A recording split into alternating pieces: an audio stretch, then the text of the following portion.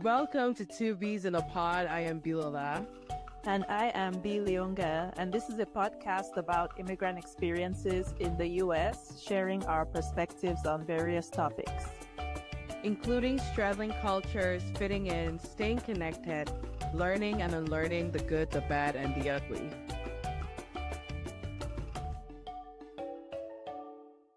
Welcome to another episode of Two Bees in a Pod. And this is a special episode because we're going to try to release this early, but we are a few days away from the US presidential election, as well as many state and local elections. So that's what we're going to be covering today.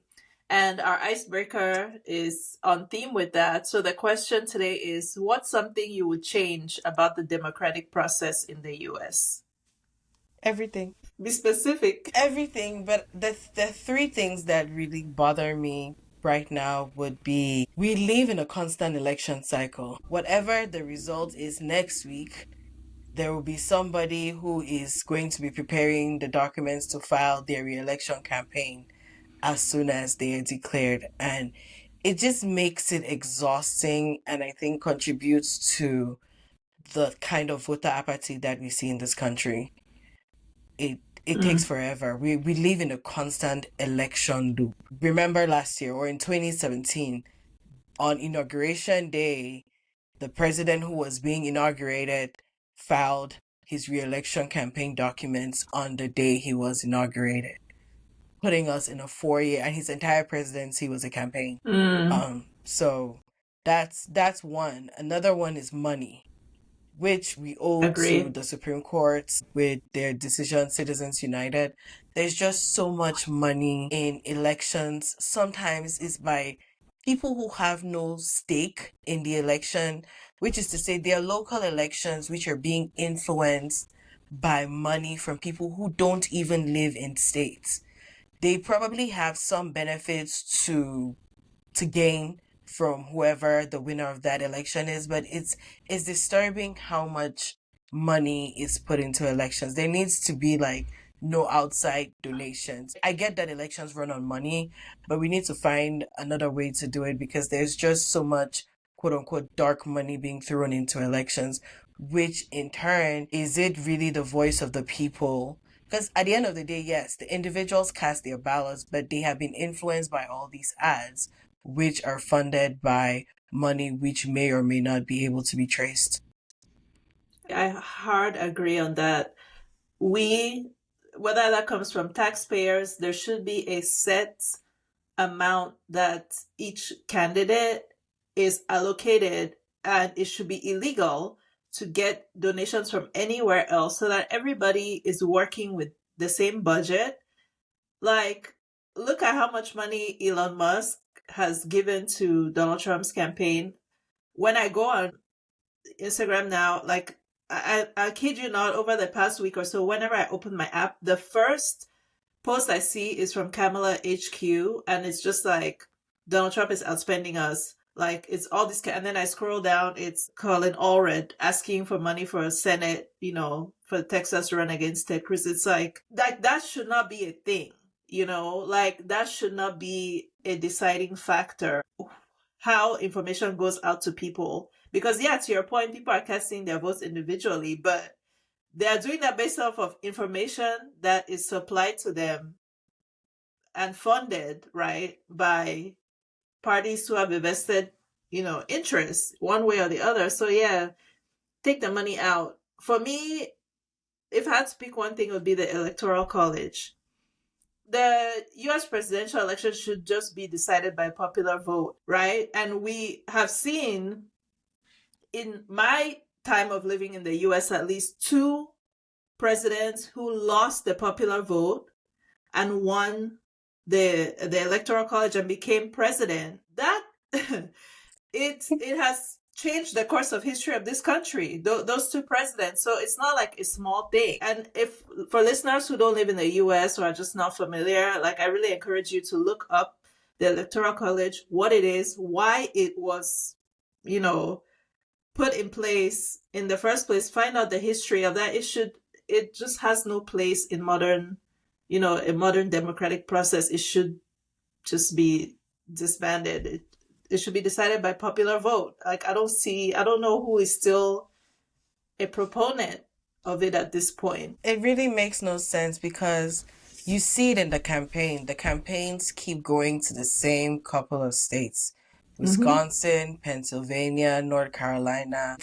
There was the rally in Harris County last Friday, which supposedly is the first Democratic rally, presidential rally in Harris County in like 30 years.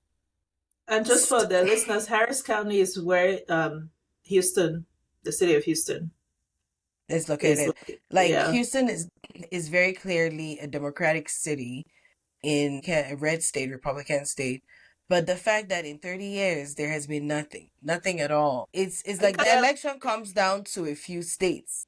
And which is disturbing, because it's like my vote, it doesn't feel like all of our votes are equal, right? North Carolina or Wisconsin votes or Michigan votes has more than a state where, Illinois, for instance, which tends to go blue, or Texas, which has gone red for the last 30 years or so. And I would even say that electoral college is a reason for voter apathy, because take somebody who is in Texas, right? They're like, if I go and vote for a Democratic candidate, for president, like, it's not going to matter because I know that the state is going to go to the Republican. The presidential race is not the only thing on that ballot, but because people, obviously it's the biggest one, it's the most attention grabbing. When a voter feels like, well, my vote doesn't count anyway, there are all these other races on the ballot that they are going to now, disregard because, well, my vote for president doesn't count anymore. I'm in a red state. Like that, I think it really contributes to a lot of voter apathy. Whereas if it was by popular vote and people actually like, hey, yes, my individual vote counts no matter where I live, then people would be a lot more, invested not only in the presidential race, but all of the other local and state races as well. And what you say about voter apathy is true, because I don't remember where I was listening, and they said the reason the Democrats had the rally in Harris County last week was because Harris County, I might be wrong, I should have checked this before we started recording, but Harris County has a significant gap, right? The number of registered Democrats in Harris County has something like 1 million more than the next county in Texas. But at the same time, Harris County has the highest voter apathy. So the goal is, if you can get that many more people in Harris County to vote, it makes a difference in all statewide and elections. Yes, it might not be the surge to flip the state of Texas, but it will go a long way for a vote elections like calling all red and other down ballot Democratic elections. Well, we're starting off swinging, and like we mentioned, right, the presidential race is obviously the biggest thing on the ballot. It's what we're seeing in the media, but there are so many other races: Senate races, House, local elections for judges, other measures like, funding school districts, taxes. There are many other things that are on the ballot that kind of people don't talk about enough, in my opinion, because the presidential race is pulling so much attention and focus. So you've said it, you've talked about it before on this podcast, but why is it important, and maybe even more important, for people to look at their state and local elections more so than the presidential race? I mean, like, it's good to have a president. What I learned, I would say, between 2017 and 2020 was, it's good to have a sane person or a stabilizing person in the White House for our collective peace of mind.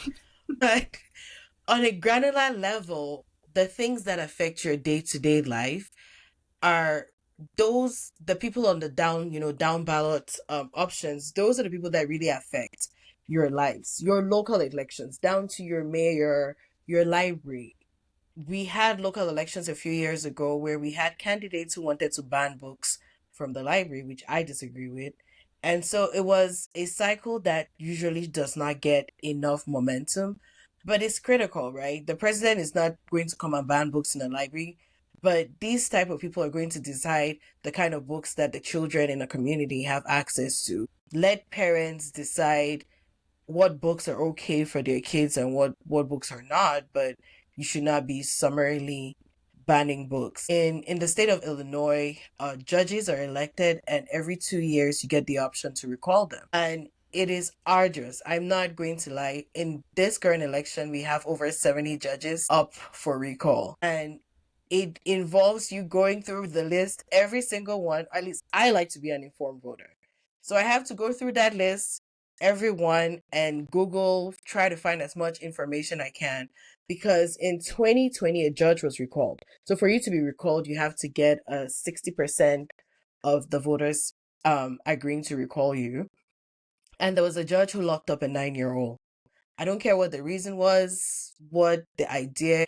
There's no reason to put a 9-year-old behind bars where it was described the child was terrified.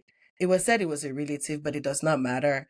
And I think that having that information out there was critical to getting that kind of person off the bench. There are judges who have corruption issues and other things. And these are the people we might end up in court facing. So again, the president is good for peace of mind and outward facing things that the US needs.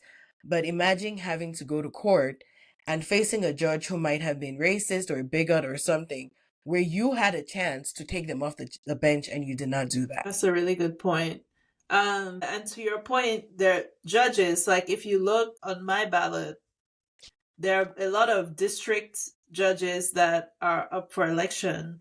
Like, and you cannot just go into a voting booth and just like be randomly, selecting. Do, look up your ballot in advance, read the stances of these people.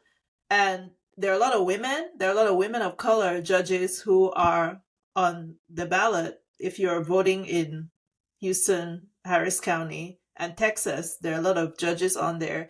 But for Texans, a really, really important one is the Texas Railroad Commissioner.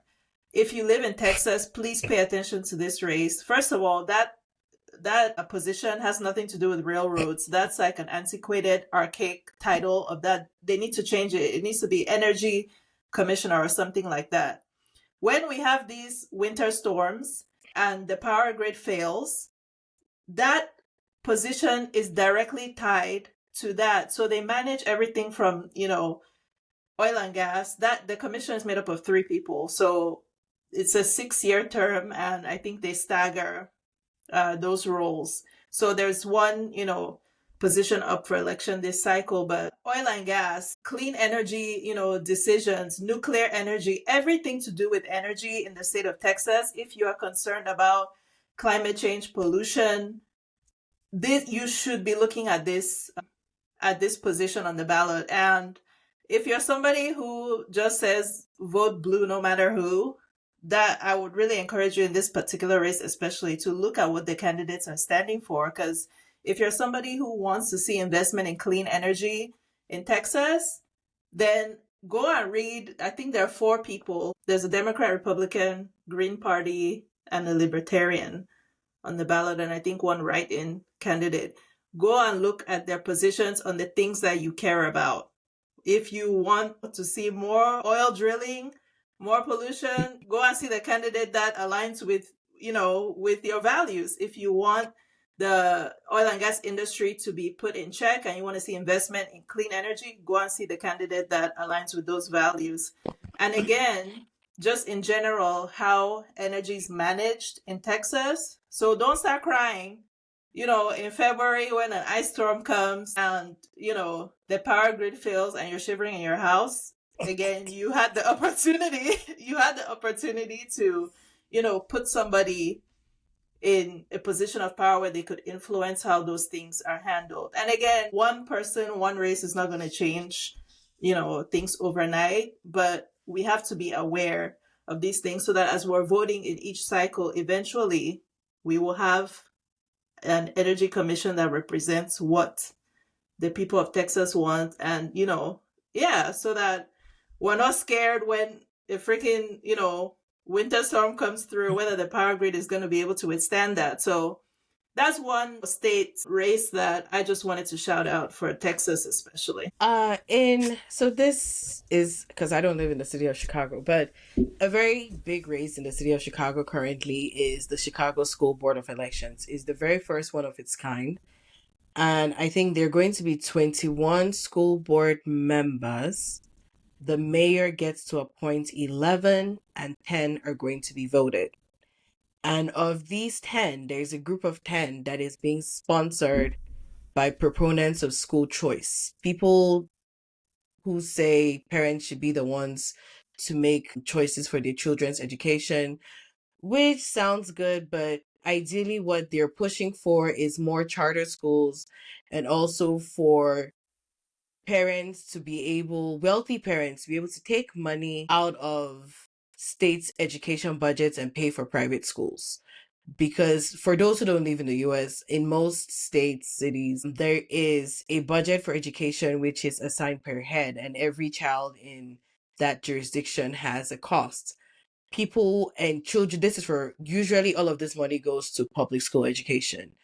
More and more, we have these proponents of school choice who are pushing for parents to have the final say, and which is not just like, hey, I want my child to go to private school, but they want these vouchers which parents can take now to supplement their tuition in either private school or charter schools.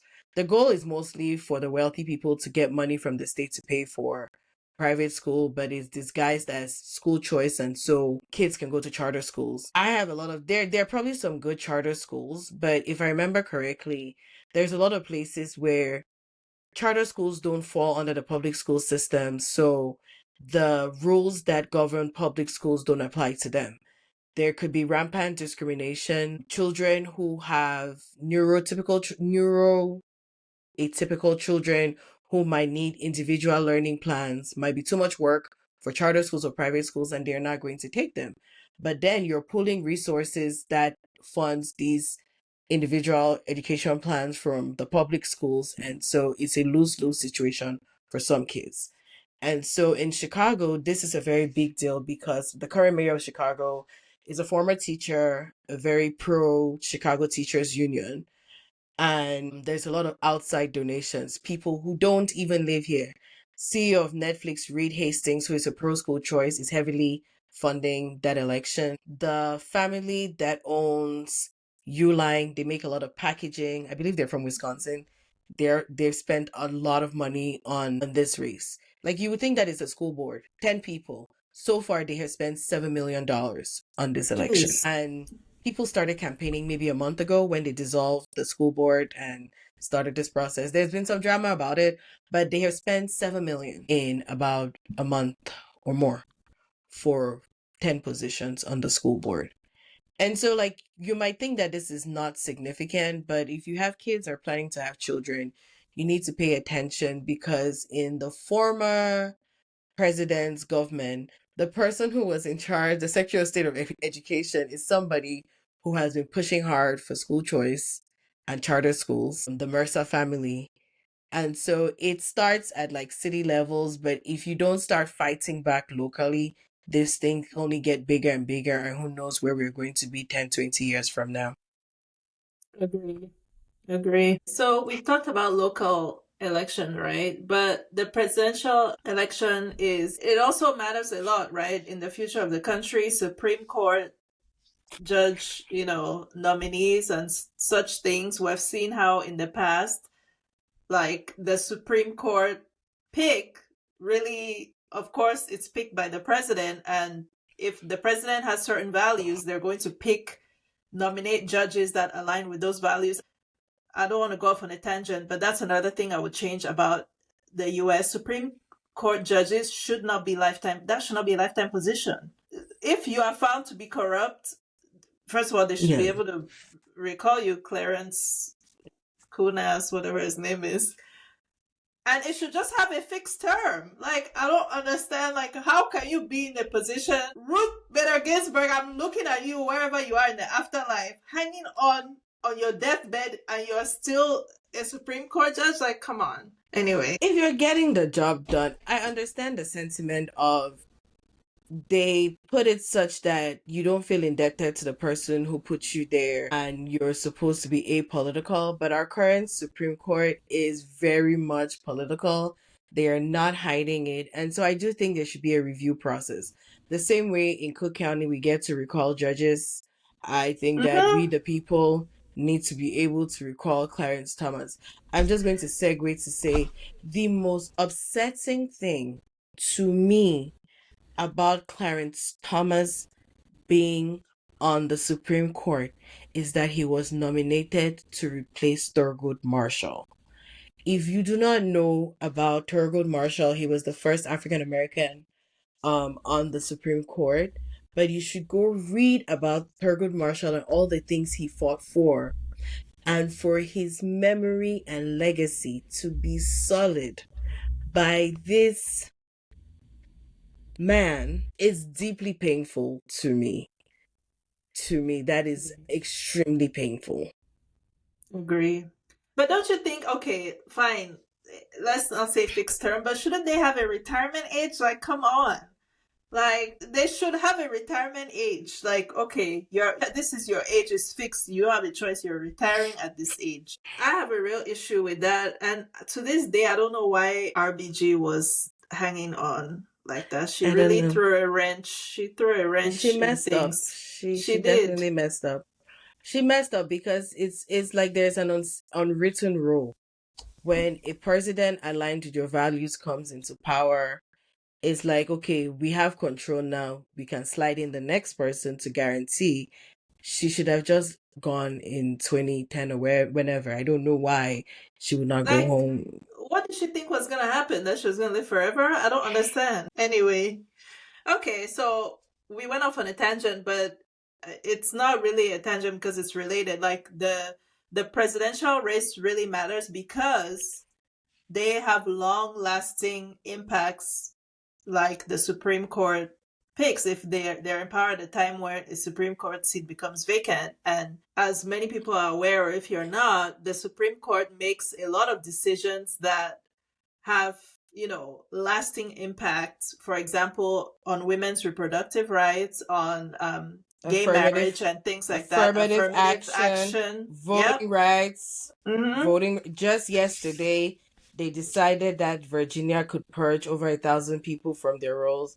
I haven't I paid saw attention to that. the details, but I know I saw a lady who was born in Virginia, and she's shocked, like, why is she being purged from the voter rolls? So it has consequences, and consequences that outlast any one presidency and Mm-hmm. probably would last generations and generations. That is a big one for me in this election, because if the other guy wins, there's probably chances they would expand the courts and add more judges, and they only God knows what we're going to where we I just feel like we're in a fight between American democracy. I just want to call it American democracy because it's American democracy, right? And whatever else comes next. He's not living. He's not gonna walk out of there. Y'all gonna need a wrench or something to take him out. And Supreme Court has already told him, whatever you do, you have presidential immunity. Anything that happened between 2017 and 2020, multiplied by 1,000, square it, use geometric progression or whatever else. And that is how much worse it is going to be. Because in 2016, I expected it to be bad. And not only did it meet my expectations, it went above my expectations for how bad it was. I was never under any illusion that it was going to be good. And so when people are like, oh, I'm surprised, like, how are you surprised? Somebody has told you and showed you what they're about. What is surprising there? Like this week, there's so much outrage from Puerto Ricans that they call their island garbage. It was not the day that you people had a hurricane, they were throwing Paper towels. paper towels at you people. That's not where you drew the line. That was not it. They've called everybody. They launched that campaign that year talking about Mexicans were rapists or something. That was not where you drew the line. They've called everybody a name. Everybody has gotten their moment to come get your little nickname insult. but it was calling your island garbage that was a hard line, not him withholding funds after that hurricane. That was not it. Agreed. There are many things at stake. I feel like they're already in the works, right? And they will get worse, like to be clear, but the wheels have started turning. Women's reproductive rights, right? They're going to continue what has started, which is taking away women's reproductive rights, basically outright banning, abortion nationwide under any circumstance. Like there's not going to be any, wiggle room, but that has already started, right? We hear the anti-immigrant sentiment. We saw, what he did when he was in power before. That's just going to continue. So it's going to be a continuation of things that have already started. So that's, for me, those are some key things that are at stake, right? Women's reproductive rights, immigrant rights, and immigration issues. Just our existence. Why are you laughing now? Tennessee recently passed something which effectively allows maybe like a clerk or something to, if they don't want to, like, is they said it was banning interracial marriage, but it's one where, like, if you don't want same, the clerk can deny you based off of gender, race. And so it's like, I saw a thing where they were celebrating maybe 60 years since a woman could get a bank account without her husband's name or something like that. We are going back to those times. I've seen in the last couple of days, I've seen so many videos about men talking about, if your wife does not vote, your wife's vote doesn't align with yours, she's doing something. Listen, we are going to go back to a time where we were just there to breed. They are looking to turn us into breeders. I will not, as somebody said, they're going to hook us. Then woe for us who are women and black. They are going to hook us back to the plows. We are going back to the fields. Okay, but here's my thing, right?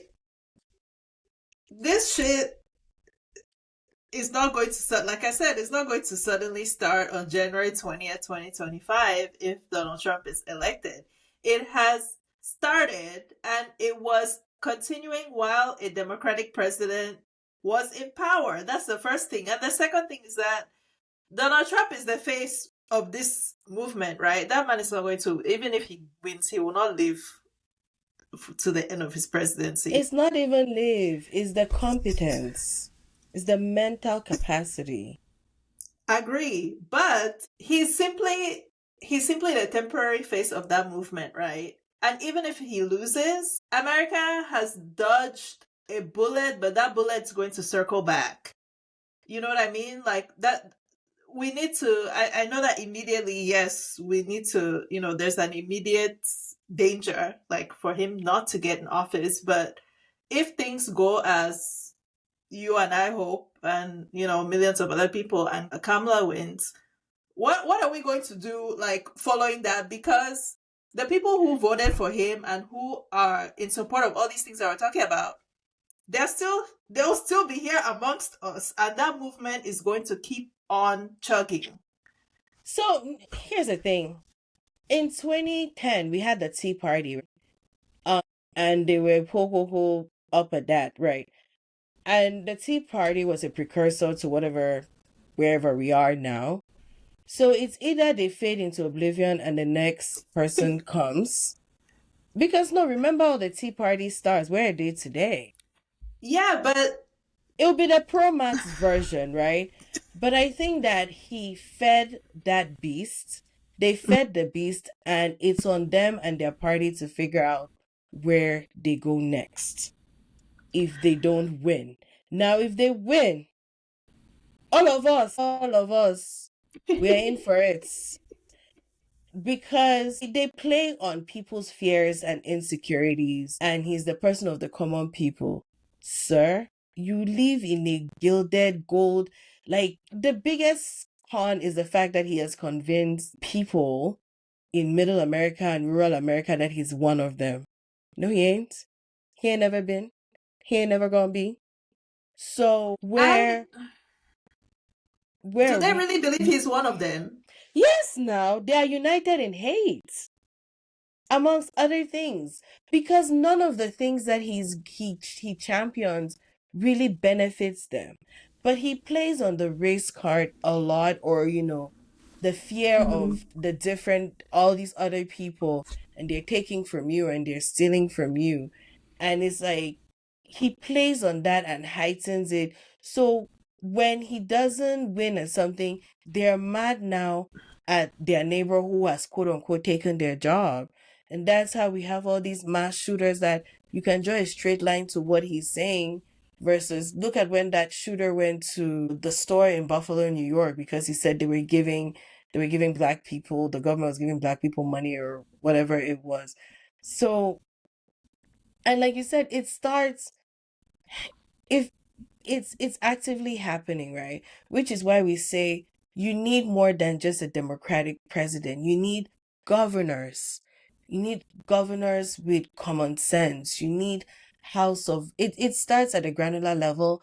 And I would say that's the thing that the other party has over the Democrats is they have tunnel vision when it comes to hating. And during the Obama years, when it was like, wow, this thing happened on our watch, they were like, never again. And made sure that they got the governors. Because, without the governors, a lot of these things, when they say, oh, voting rights, go back to the state level, who's implementing it is the governors. So without the governors to be helping at a local level, things are still kind of, wishy washy. But as you said, they've unleashed a breed of people, and I don't know what's going to happen. I work as a poll worker, and I've done that for several years. And this year we were told not to put our names on badges. You are to identify yourself as A, B, and C. No names. It used to be you had a party affiliation and your name. But we saw what happened with the election workers in Georgia who are now millionaires. Shout out to Rudy Giuliani. I don't know if I want small harassment though. I just want a little. I think I could manage just a little bit, if I was gonna get some payout. But you can tell where it's coming from, right? Some of the changes. There are times when maybe it's a slow day, we start packing up, polls close at 7, but you're winding down and you're trying to get home because you're there from like 5 a.m.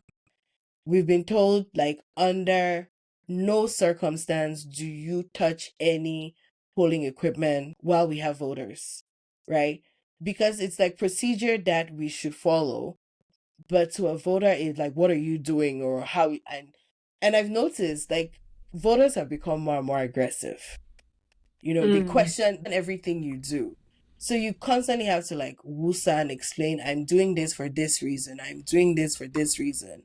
But I've noticed a lot of voters have become more aggressive, or they question everything you do, and they're always worried that, oh, what is this thing you're doing? Why are you doing that? Why didn't you give me that paper? It's a good thing, like just giving them a code to go vote, and I keep a receipt. Why are you keeping that away?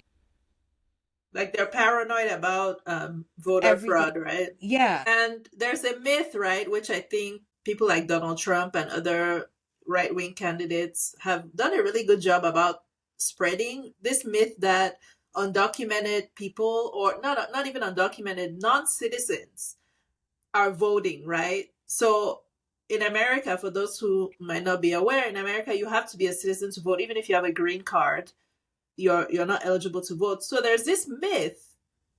Sorry. I heard on the Yes. children's podcast yesterday. You have to be a citizen to vote in federal and state elections, but some cities let residents vote in local elections. In Vermont, that is the case, at least. Oh, okay. That's good Yeah. to know. I didn't know that. Okay.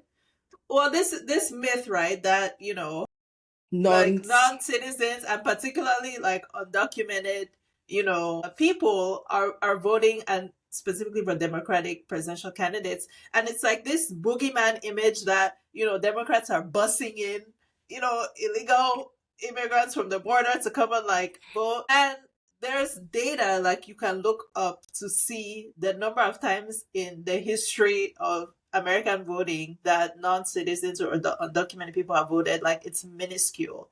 Like that's one myth that has been continues to be perpetuated. And yeah, so watch, if Donald Trump loses the election, that's one thing that they're already getting ready to contend, right? That's one thing that they're going to say, that undocumented people and non-citizens voted for her and that's why she won. And that's how you know that they don't know any illegal, undocumented immigrants, because people are just trying to stay under the radar. Why I would they go imagine. somewhere to go and raise suspicion and do something that they know they should not do? Most people don't have, because I believe only maybe Maryland, and there are few states that would give a driver's license to an undocumented immigrant, which Mm-hmm. in the US, your driver's license tends to be your identification document. And so if you don't even have that, if outside of Maryland and states that give that option, you don't even have identification. So what are you going to go and use to vote? Exactly. So that's a myth there. And it's, again, if anybody were just interested in fact checking, which they're not, because it feeds into the narrative that they already believe, like, you would find that that is absolutely, there's no evidence to support that, right? Okay, but speaking of non-citizens, that's how you and I started, right? We came, as we've talked about in this podcast many times, we came here as students, became permanent residents and eventually citizens with, the right to vote. Hurrah. So when is the first time that you voted as a citizen? 2020. 2020? Wow. Okay. And what did that feel like? Was it as empowering and, life-changing as you imagined? My friend voted for the first time this week, and she said she was disappointed, that she was expecting to feel democracy in her veins. Yeah. I don't know. I think because it was 2020, maybe there was a little more in it. Mm-hmm. Because I voted in the primary, and I remember the day of the primary was the day we went into lockdown also. So there was some of that jitter, and with everything that was happening regarding COVID around then, so it started building up the ante. And then, yeah, I did not realize how much work it was. So I started researching what was on my ballot and trying to figure out.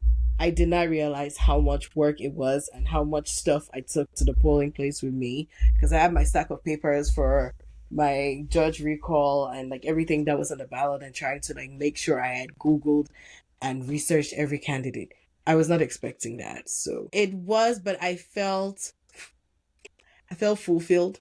Like I was Yeah. exercising my civic duty. And especially since I moved to the US as a teenager essentially. I never voted in Cameroon, and I was finally getting to vote at like my big adult age.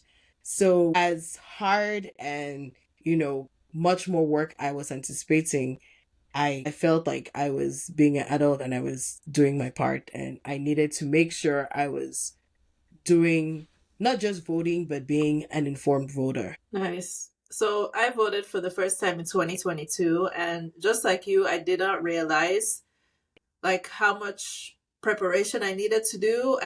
I was not as smart as you. I didn't prepare my ballot in advance. Like I was just walking there like, I'm a citizen. I can vote now. All excited. I entered the booth. I'm like, what the hell is going on?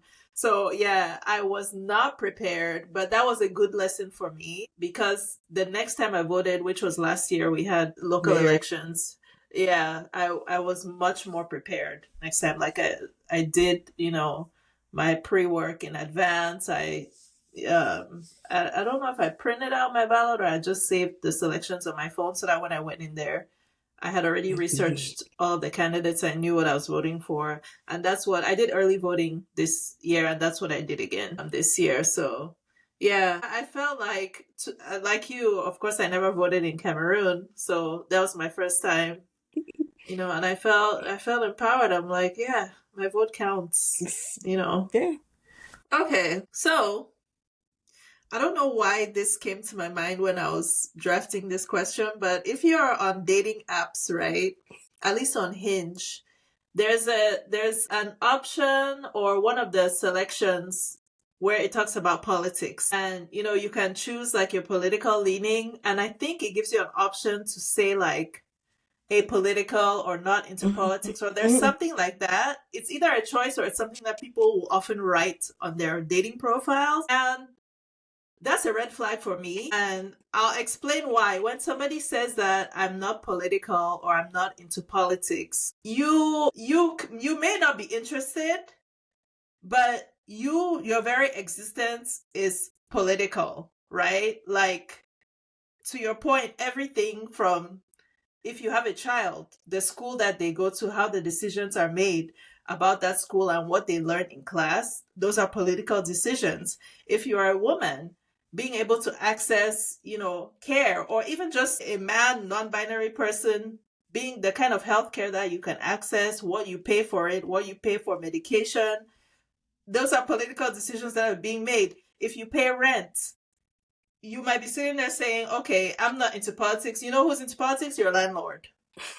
Your landlord is into politics. Okay. And there are people making decisions that are impacting your life. If you work for a corporation, you can sit there and say, I'm not into politics. The CEO of that company is very much into politics, and they're making decisions that are affecting you day to day. Every single day. In this country, you get insurance through your employer. Your employer could be lobbying to not pay for care that you need, as particularly as a woman, right? They could be lobbying to not pay for fertility treatments. They could be lobbying to not cover birth control, contraceptives. So everything, like, there's no room to be apolitical, and or I know, like, it's not a game. It controls our lives, and it's not something for you to be indifferent about.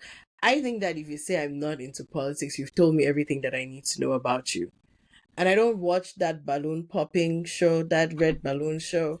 But I do love that Kamala HQ made an ad where the guy said he's not into politics and all the girls pop the balloon, because I think that that's really how we need to be moving as a society.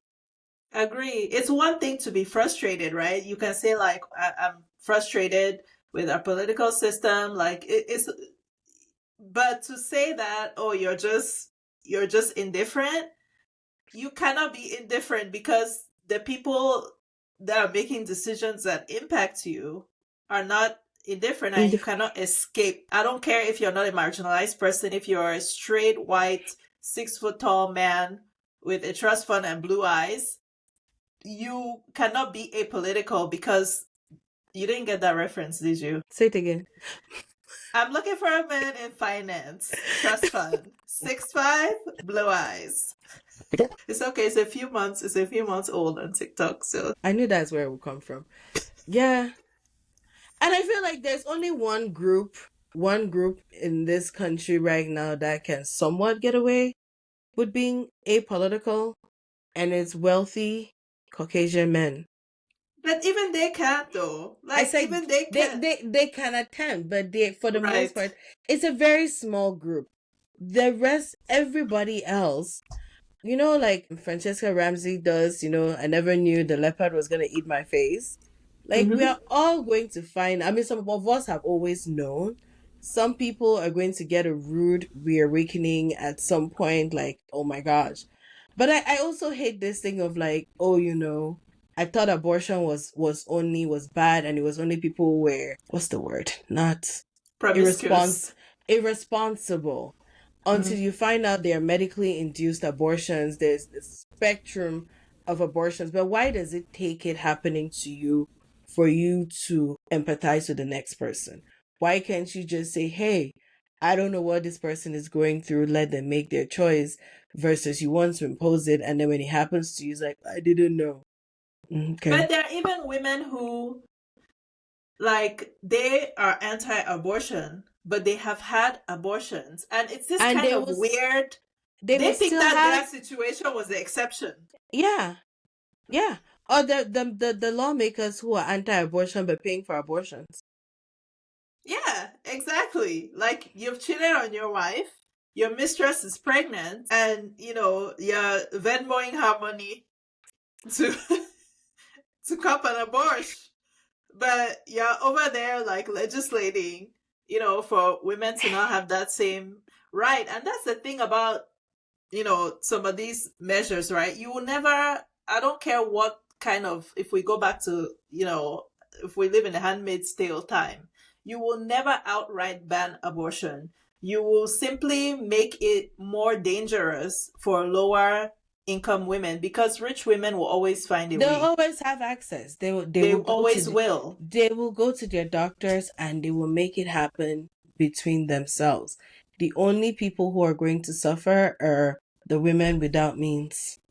Exactly. And they are the ones who are going to be, doing like we do in Cameroon, going into like alleys and Or consulting after drinking hours, drinking boiled guava leaves, the type of things that I've heard. God. consulting off duty nurses and medical students who are giving you questionable concoctions and, Because using contraptions that will disfigure and, what's the word? Disable you for life in some cases. Yeah. mainly. So those are the things that, I mean, you will never outright ban abortion. You're just going to make it harder for poor women, which is what they want, right? Because they want poor women to have children who are going to go into the labor force. I've heard a lot of people talk about, I'm not voting because of this one thing, or I'm not voting for X, Y, Z. I think that especially for people of color, when you look at the civil rights movements of the 60s and the things that people were sacrificing with their skulls, their lives, and like doing everything for this right to vote because they recognized how important voting was, it's almost like disrespectful to their memory to not vote or to say I don't care. Politics is not perfect. At any moment in time in politics and with every election, I always I use the analogy of the plane where they tell you put your mask on before you help the other person. You have to think about the things that affect your life, your loved one's life. And I don't know that there's any election that is going to check everybody's boxes perfectly, but you have to do the least harm to yourself. I told my friend, I said, I remember what life was like in 2017, 2018. I said, I remember the feeling in my stomach. I said, ma'am, that's just anxiety. Maybe it was anxiety, but it was a constant feeling of anxiety. And I remember thinking at the time, like, when does it end? Like, where did they draw the line? Where did they draw the line? Like, we've gone too far, right? Because there were so many decisions that it was just like the wickedness was the point. There was no other reason than punitive action. Like they felt like they were punishing somebody. We lived through COVID where they were withholding masks because somebody didn't praise the president or did not do something. You had Jared Kushner holding masks because of personal vendettas while people were dying. Is that really the society we want to go back to? I just want to speak to your point about people who feel strongly about certain issues, right? Because I'm definitely one of them. And it reminded me when I saw Bernie Sanders made a video talking about the issue of Palestine, right? And he was like, he understands the voters who are saying that they're very disappointed in Kamala. They're doubting, or some people have outright said they're not going to vote for her because she has refused to call for an arms embargo and a ceasefire for Israel. For people who are not aware, like the U.S. supplies Israel not only with, financial support, but actual arms, which they have been using over the past year to bombard Gaza and basically commit genocide against the Palestinian people. And Bernie Sanders was saying, like, yes, like, I understand where you guys are coming from, the disappointment. I'm with you. We want the same thing. But in this case, unfortunately, the way elections are set up in the US, which is another problem that I have, we need more than this two-party system. There should be like at least 4 strong candidates that if you vote for this person, you're like, okay, they actually have a chance of winning, but that's not the case, right? It's Kamala, Trump, and if you vote for somebody else or you don't vote, you're indirectly, voting for one or the other who are, and he was basically saying Trump is, however bad you think Biden and Kamala's administration is in regards to Israel, Trump is going to be worse, right? And unfortunately, it's a really, really tough situation to be in as a voter. But if Kamala doesn't win, Trump will be in power, and he's not going to be any better for the Palestinian people.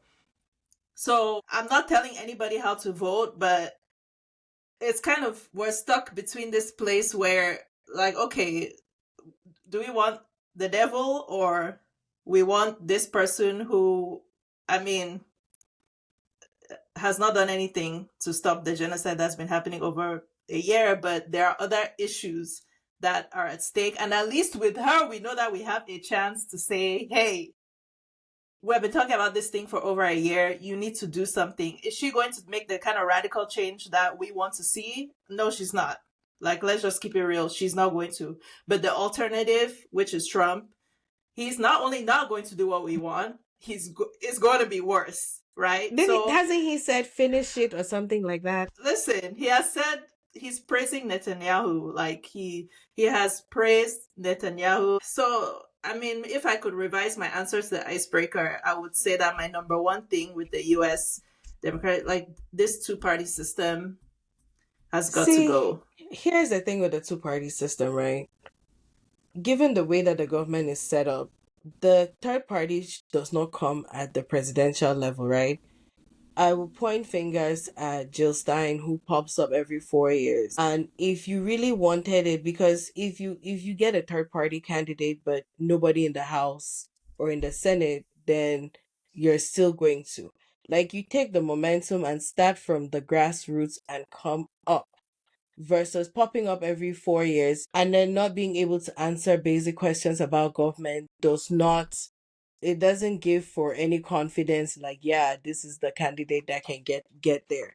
But the way that the system is set up, you cannot just run for president. You also have to build a party that is big enough to at least give you some kind of leverage in Congress. If not, what are you going to do? I agree with you. We need, if we're really serious about changing this two-party system, like we've been saying for most of this episode, it has to start. Local elections matter. You're absolutely right. Like, it's going to start there, right? Yeah. So, closing thoughts. I feel like I've said, I've exhausted everything. I'm ready for this to be over, and I don't know. I feel like this is just repeating.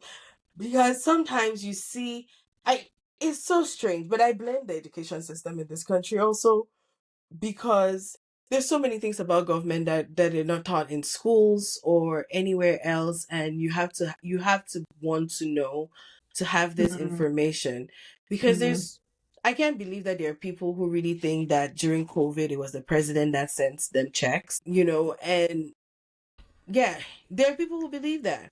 Those $1,400 checks. Yes. There are also people, this always goes back to the Affordable Care Act, where every now and again you hear people saying, oh, what, when they call it Obamacare, it's like it's so bad. And then when you call it the Affordable Care Act, everybody can tell you all the good things that it has done. And I feel like I need to repeat, before the Affordable Care Act, pregnancy was a pre-existing condition, which means after you had a baby, you could be denied insurance just because you gave birth to a child. Your breast pump was not covered by insurance. You could be denied insurance for whatever reason. Think about the fact that you were sick, you had cancer, and because of that, you become uninsurable, even though your cancer could come back. Like, let's just take this at the basic level. And there are people who celebrate. There was a garden party the last time when they thought they were going to repeal it, and then it died in the Senate. But just think about your quality of life and the life that you aspire to live, and, vote for that. Like, I don't know what else to say. I struggle with, like, if you're still on the fence, I don't know what to tell you. Because to your point, you made a point earlier about, like, people being scandalized by some, I don't know if he was a comedian or whoever, at a Trump rally calling Puerto Rico a floating island of trash or something like that.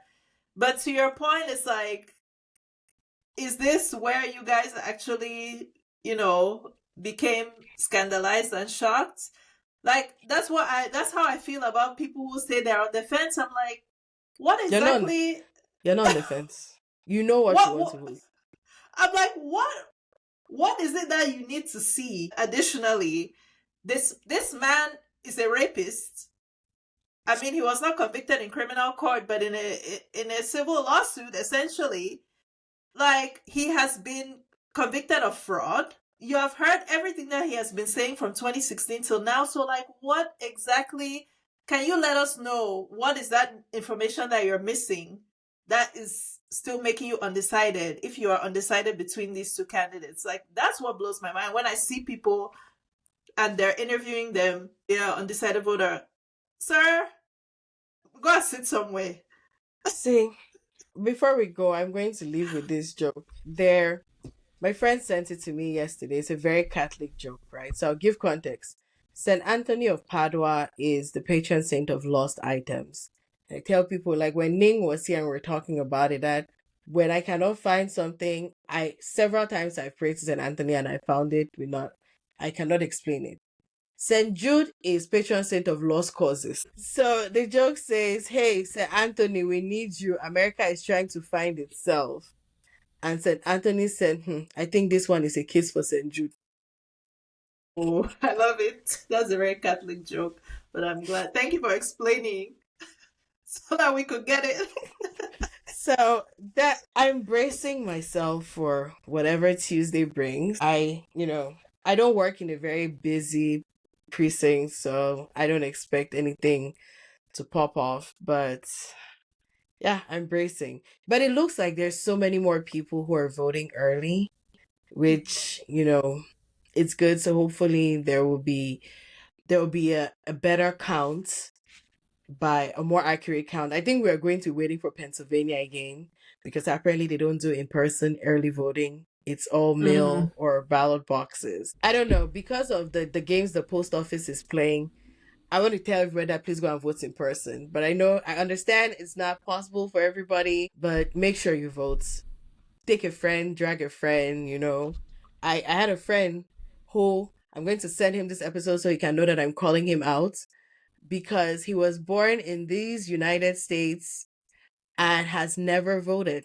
He told me he has never voted. Shame. Tomato, tomato, tomato. So I have to follow up to make sure. He said he was going to register. We had this conversation on his birthday. He said he was going to register. So I need to circle back. But yes, please exercise your civic duty. People died for this right to vote. So, I don't believe in doing things to make other people proud, but please let's make them feel like their efforts were not in vain. Agree. And if you're looking for a resource, I only know of one, but there are probably others out there. Votes411.org. That's votes and then the numbers 411.org. If you go in there, you put in your address, it's going to bring up your ballot and all the races that are on your ballot, and you can click on each one, read statements from the candidates if they've provided one, and then you can make your selection and it saves it. And then for other kind of local measures, right? Like in Houston, we're voting for some flood to fund some flood reduction or flood risk measure. We're voting for HISD. So you can read there exactly, how much the tax increase is going to be and what the funds are going to be used for. You can save that, and you can either save the PDF or print it and take a copy with you into the voting booth, and that way you're not sitting there kind of, because it's long, like it can get overwhelming if you're not prepared. So that's what I recommend. Oh, and then I was going to tell you before we started on the air, so the astrology girlies are saying that we're not gonna know the outcome like right away. The astrology girlies have predicted, based on the planetary, motions, alignments, and transits, that we will be waiting longer than usual to know the winner. I hope that excuse what's longer than usual, because in 2020 they didn't call it till Saturday. They say longer than that. So but hopefully we need Tuesday. I know, because you know what? If it takes a long time, then that means it was very close, and then that idiot will start contesting. We need Tuesdays, and I think yes, another office position we didn't talk about, but after the events of January 6th, we recognize the importance now. Your Secretary of State, Your Secretary of State or whoever runs elections in your state, that is an office that you should pay attention to because you do not want election deniers running your elections. You want people who can maintain the integrity of your elections. And so that is a race that is going to matter more and more moving forward. Good point. All right. This episode is going to be released early. Well, if you're listening, watching this, before Tuesday, November 5th, then, hopefully you got some information that will help you. But we're going to try to release this earlier than our usual time of Monday morning. So please, if you are a U.S. citizen and you are eligible to vote, please prepare and go and exercise your civic duty. And Godspeed to America. If you have not registered to vote and you live in Illinois and I believe Virginia, but check on your state. Some states offer same-day voting. So if you are not registered to vote or know anybody who did not register to vote, Illinois does offer same-day voting. You just have to bring 2 pieces of ID with picture and address, and you will be able to vote, and you'll be voting not provisionally, but your vote is going to count that day in the state of Illinois. If you're in Texas, I'm so sorry. It's too late for you if you're not registered. They don't play in the state. Okay. November book of the month is Arrow of God by Chinua Achebe. So we're going to be reading that. This is our last book of the month for the season and for the year because we are going to be having our season finale episode coming up, very shortly. I think end of November, beginning December. So yeah, pick up that novel. I mean, anything by Chinua Achebe is phenomenal. I've read this one, but a long time ago, so I don't remember anything. So I'm looking forward to reading it again. And if you are not following us on YouTube at 2Bs in a Pod, please do that. Follow us on Instagram at 2Bs Pod. Tell a friend to tell a friend. And until next time, Mbonga bitenjanga se ugo meet up for pot soup. This is a repeat, but I think it's very relevant for this. I mean, mbonga is a kind of dried fish. Njanga is dried crawfish, crayfish, shrimp. And so the fish, though, the shrimp that you're going to meet in the pot of soup, which is true. Whatever you do this election, all of us will be inside one pot soup. So, hey, it just depends which kind of soup you're going to be. But we're going to be in the same pot of soup. So, hey. Exactly. So if you're one of those voters that is motivated by hate, you can cast, your ballot in the spirit of hatred, but all of us will live in the consequences afterward. When they did Muslim ban that year, they didn't ask whether your Muslim voted for Trump or not. Exactly. When they're building the wall or expanding the wall. Or separating children at the border, they're not going to be asking questions. So Exactly. Oh, there was this Latino guy in Florida. This one, I don't remember what year it was, but he voted for Trump. He was like a Trump supporter, right? And his wife was an undocumented immigrant. She got deported. I'm like, I'm sorry, I don't feel sorry for you. So those are the kind of people that this message is for. We go bit of a pot soup. No, wahala.